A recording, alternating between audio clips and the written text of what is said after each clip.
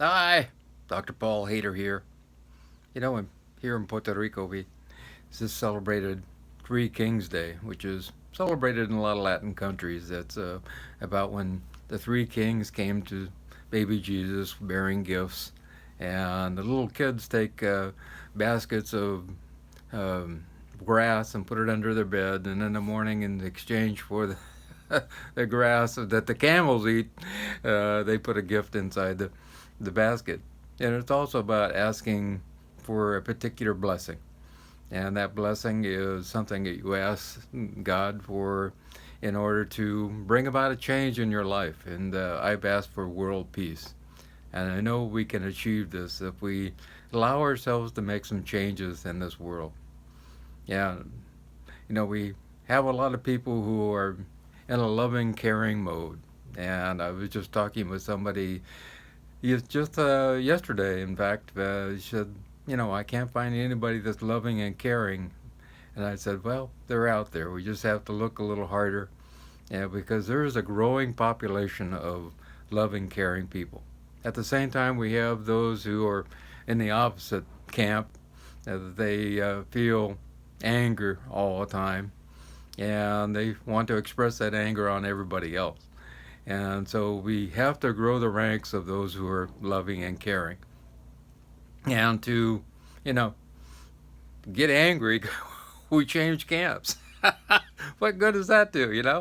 What we have to do is actually feel loving and kind towards those people who are angry.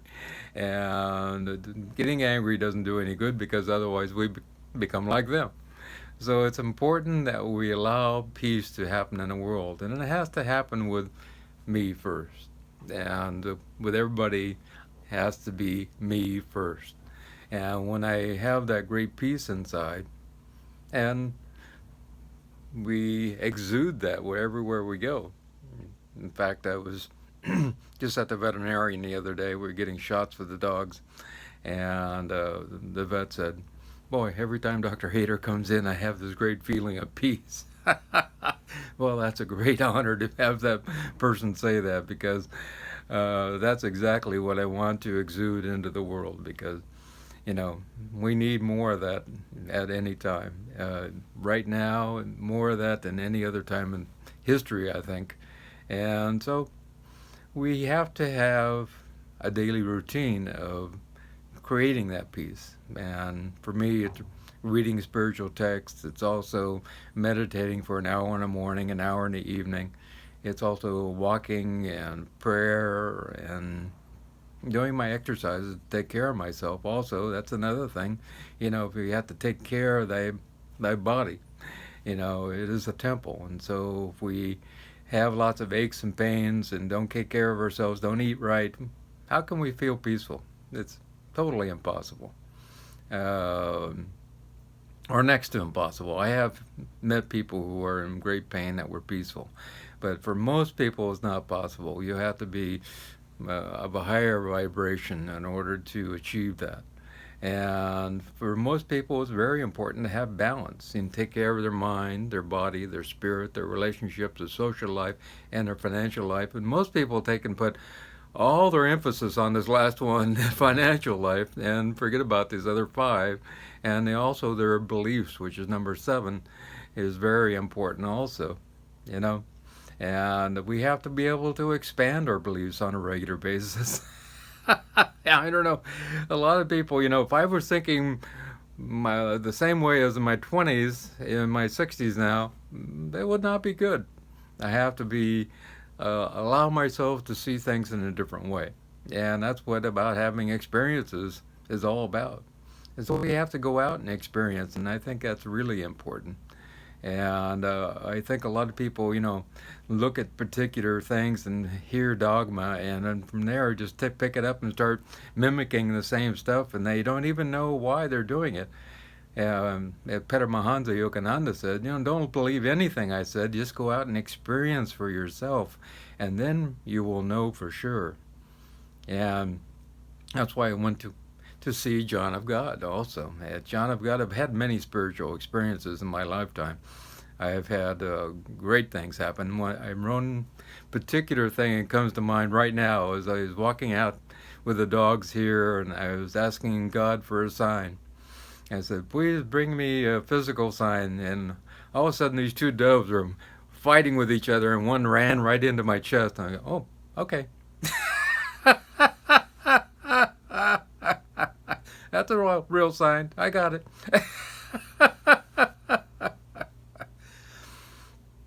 It was pretty profound. I mean, I couldn't get away from that one at all. So he's like, thank you. I've had other things happen to me. I've had great, avatars that will come before show up in front of me as like flesh and blood. Some as vision, some as being really there. And a lot of times they will tell me things that I need to know. Also, my father has come to me many, many times. And I have a picture of asking him in my room, and when I went to see John of God, asking for my father to appear. And I was taking pictures at the time in my room, and all of a sudden there's nothing here, and then all of a sudden there's a picture of this these bubbles that are forming, and this is plasma is forming, and all of a sudden it's gone because I took 3 pictures in a row, and then I wasn't there again. My father was trying to make himself physically appear in front of me, but he talks to me on a regular basis. I mean, and all the other people on the other side, for the most part, I'd say 99.9% of them are wonderful, positive people, and they're interested in helping you, especially your relatives and your friends and those that care about you. They are there, and they have become enlightened, and while they're there, they might have had great challenges while they were alive. Maybe they were alcoholics, maybe they have anger issues, or all kinds of different things. Maybe they were just plain, terrible to, your mother or to your sister or whoever. Well, once they get on the other side, they see the folly of their ways, and then they want to help you in any way, shape, or form, and they're sorry for what had transpired during their time. And I've connected with people on the other side and helped people to understand that who are living in this plane, that their mothers or fathers or grandfathers were there to help them, and they were asking forgiveness, and they wanted to help them in whatever way, shape, or form that they could. And a lot of times they are the entities that are following us around. And if you've ever seen orb photos, I have a lot of them actually. These orbs of light that are there, and they're there like they're guardian angels. They're watching over us, trying to protect us, and trying to keep us on the correct path. I remember one particular time I had a man come to me, and he wanted to connect with somebody on the other side, and his grandfather came through, and he said, you got to keep your business deals on the straight and narrow. He was going, uh-oh. He knew exactly what his grandfather was talking about. Didn't have to elaborate anymore. And he became very successful after that because he didn't have these problems that his grandfather was talking about. And I've had a lot of other people have entities from the past. They're on the other side. They become part of the entities of light on the other side. They become orbs of light that come and follow them and take care of them and try to help them in great ways. And so they a lot of times don't have the ability to manifest themselves because it takes a lot of energy to do that. And only the greats have that ability to do that, like Jesus, and Buddha and different people, who have ability to manifest themselves in powerful ways. But they can transfer emotions and feelings and thoughts to those who are particularly keen on understanding and picking up that energy. And there's lots of us out there who have that mediumship ability. In fact, all of us have that ability, but most of us just kind of poo-poo the whole thing and then don't really pick up on what's going on around us, and don't really pick up on the feelings that they're trying to give to us. I remember one time at a book signing, a good friend was having a book that she was presenting, and she was a psychologist, and she had a new book out, and she was at one of the bookstores here. And I was taking photos, and all of a sudden this big orb is beside her. I mean, huge. It was like very interesting. And her mother had just passed away a few weeks before. And I showed her the photo. Yeah, look at this. He says, "Oh, look at that." And I said, I know this is your mother. She's here. She's very proud of you, and she wants to make sure that you know that she's with you every step of the way, and that she is so proud of you getting out your book, and wants you to know that she's always with you. And I was like, wow. And she was amazed.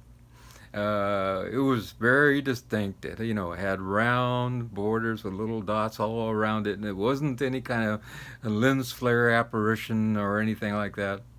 In fact, once I went to a particular waterfall in Oregon, and this waterfall was well known for having orbs all over the place. And I took photos, and there are the orbs everywhere. And I've taken photos at waterfalls, lots of places. I do a lot of photography, and they don't show up like that. And there's thousands upon thousands of these orbs, some small, some large.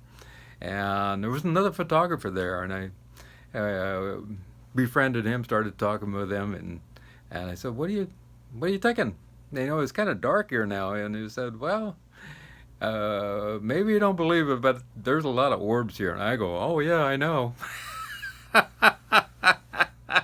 Lots of orbs, lots of entities here. And I think they're gaining energy from that particular waterfall. It was a sacred waterfall for the Native Americans in that area. And so it has some kind of energy that is exuding, and the entities are picking up there. And it was amazing, very powerful. We saw the same thing when we went to see John of God. I mean, entities of light moving around here and there. We have videotapes of them, and the more that one would allow yourself to believe, the more you would see these things. And wow. And they're around us all the time. They are around us all the time. The biggest thing is we just don't take it in. And so we have to allow ourselves to, start to believe. And belief is totally important.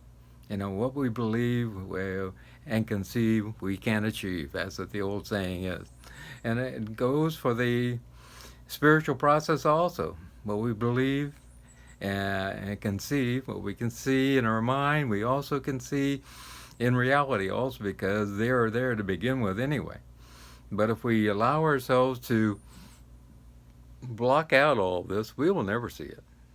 And I remember Dr. Moody, which has the book Life After Life. I think that's the title. And he was not really a believer in the beginning, because he was a philosopher, had a degree in philosophy, and he really got into near-death experiences because he had some experiences of his own.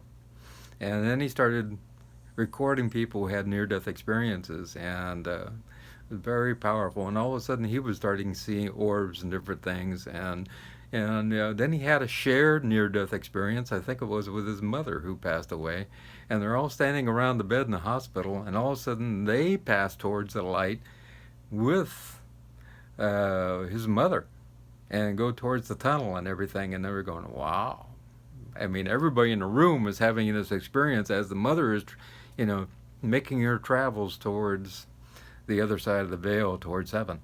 And it was powerful for him, and it changed his life. I mean, and that's why he really still wanted to be a philosopher, professor, but he was kind of couldn't help himself. He had to start delving into near-death experiences because, you know, this was actually happening to him. And it brought peace to everybody in the room when his brother passed away. And, you know, this, how can that be that everybody else is having the same experiences, and other doctors and nurses and different things have had the same type of thing, a shared near-death experience where they actually go towards the tunnel of light. And some of them even see the life review of that person too. And then they come back and they're in their bodies, and they're actually looking down and watching them, you know, try to resuscitate the person and everything, but at the same time they're outside their body. It's pretty amazing.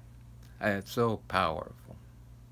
So I ask that you make a wish for this new year, a wish to make peace on this world, and to make peace in your home, to make peace in your relationship, to make peace with your family, friends, and relatives and children.